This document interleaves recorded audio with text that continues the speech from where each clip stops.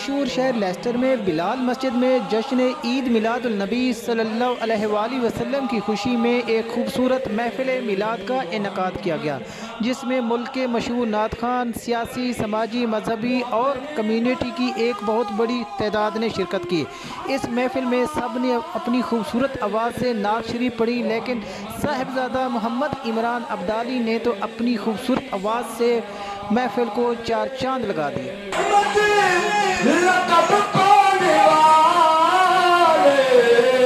محمد ہمارے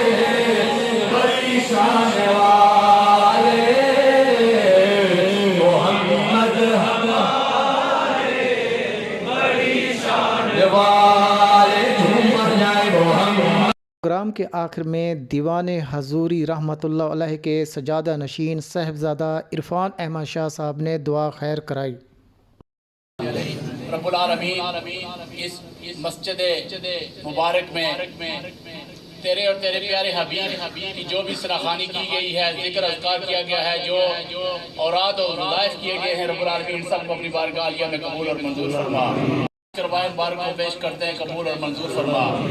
آقا کریم علیہ الصلوۃ والسلام کی ولادت باسعادت کے سلسلے میں اس مسجد میں بیٹھ کر ہم نے تیرے اور تیرے پیارے حبیب کی رضا کی خاطر جو بھی گفتگو سنی ہے، رب العالمین ہمیں اس پہ عمل کرنے کی توفیق عطا فرما، اور اس بابرکت محفل کے طفیل ہمارے مرحومین کی مغفرت فرما، اور جن کے والدین کریمین اس دنیا فانی ثلث فرما گئے ہیں، رب العالمین ان کی قبر کی مناظر کو آسان فرما، اور جن کے والدین کریمین حیات ہیں، رب العالمین انہیں اپنے والدین کی خدمت کر کے فیضان اور دعائیں حاصل کرنے کی توفیق عطا فرما۔ رب العالمین تو غفور رحیم رحم کرنے والا ہے، آج کی اس مقدس محفل کے طفیل ہمارے تمام صغیرہ کبیرہ گناہوں کو معاف فرما، ہمیں نیکی کرنے کی توفیق عطا فرما، گناہوں سے بچنے کی توفیق عطا فرما۔ یہاں پہ علماء کرام نے جو خوبصورت گفتگو کی ہے، رب العالمین کے علم میں، عمل میں، زہد میں اور تقوی میں برکتیں عطا فرما، اور آج کی اس مقدس اور بابرکت محفل کے طفیل جو بیمار ہیں انہیں شفائے کاملہ و عاجلہ عطا فرما، جو پریشان حال ہیں ان کی پریشانیوں کو دور فرما، جو تنگ دست ہیں تنگ دستیوں کو دور فرما، اور آج کی اس مقدس محفل کے طفیل رب العالمین جو بے اولاد ہیں انہیں اولاد نرینہ عطا فرما، اور جو احباب جو والدین اپنے اولاد کے سلسلے میں پریشان ہیں، رب العالمین آج کی اس مقدس بابرکت محفل کے طفیل آقا کریم علیہ الصلوۃ والسلام کی ولادت باسعادت کے طفیل بہتر اسباب پیدا فرما۔ رب العالمین ہماری ماؤں بہنوں کو شرم و حیا کا پیکر بنا، انہیں فاطمہ زہرا اور عائشہ صدیقہ کے نقش قدم پہ چلنے کی توفیق عطا فرما، اور آج کی اس مقدس محفل کے سلسلے میں جن احباب نے دامے در میں قد میں سخن تعاون کیا ہے، رب العالمین ان کے گھر بار کی خیر فرما، ان کی عزت و آبرو کی حفاظت فرما، ان کے کاروبار میں برکتیں عطا فرما، ان کے رزق میں گشائش عطا فرما۔ رب العالمین ہم سب کو رزق حلال واسع عطا فرما، اور ہم سب کو نبی رحمت کے دامن رحمت کے ساتھ وابستہ فرما، خواب میں، قبر میں اور حشر میں آقا کریم علیہ الصلوۃ والسلام کی زیارت نصیب فرما۔ سبحان ربک رب العزت عما یصفون وسلام علی المرسلین والحمد للہ رب العالمین برحمتک یا ارحم۔ جامع مسجد بلال کے خطیب قاری محمد حفیظ الرحمان نے انمول ٹی وی سے خصوصی بات کرتے ہوئے اس پروگرام کے بارے میں کہا۔ بامقام، بامقصد، پر رونق،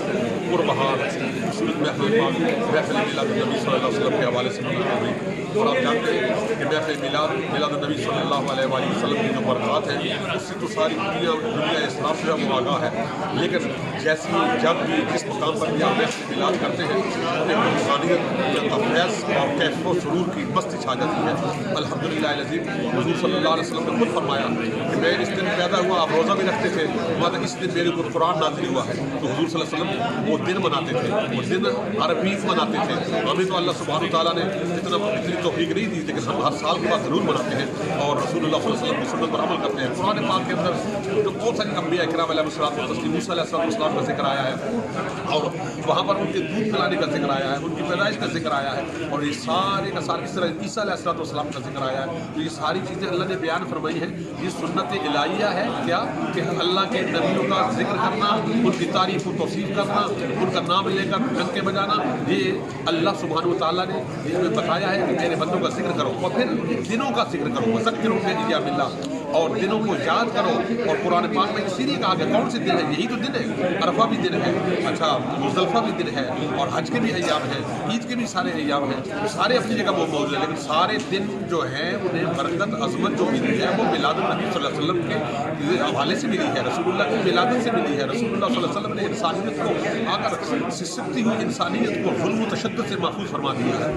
وہ بچیاں ہوں یا بچے ہوں, غلام ہوں, سب کو ایسا خوبصورت ان کے لیے نظام قائم فرمایا ہے اللہ سبحانہ و تعالیٰ نے آپ کو دنیا میں بھیجا. اور اس نظام سے آج دنیا جو ہے جب محمد صلی اللہ علیہ وسلم کا نام آتا ہے تو سب کے چہروں پر رونق آ جاتی ہے اور مٹھاس آ جاتی ہے, روحانی تسکین ملتی ہے.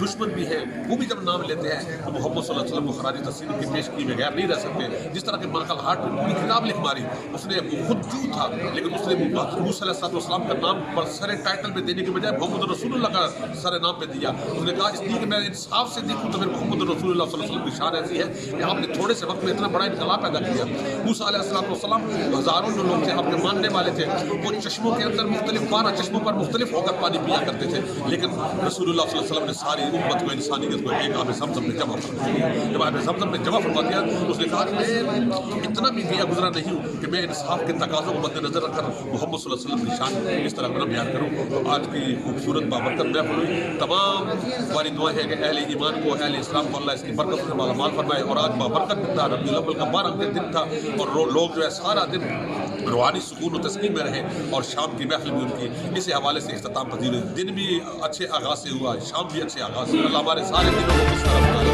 طرح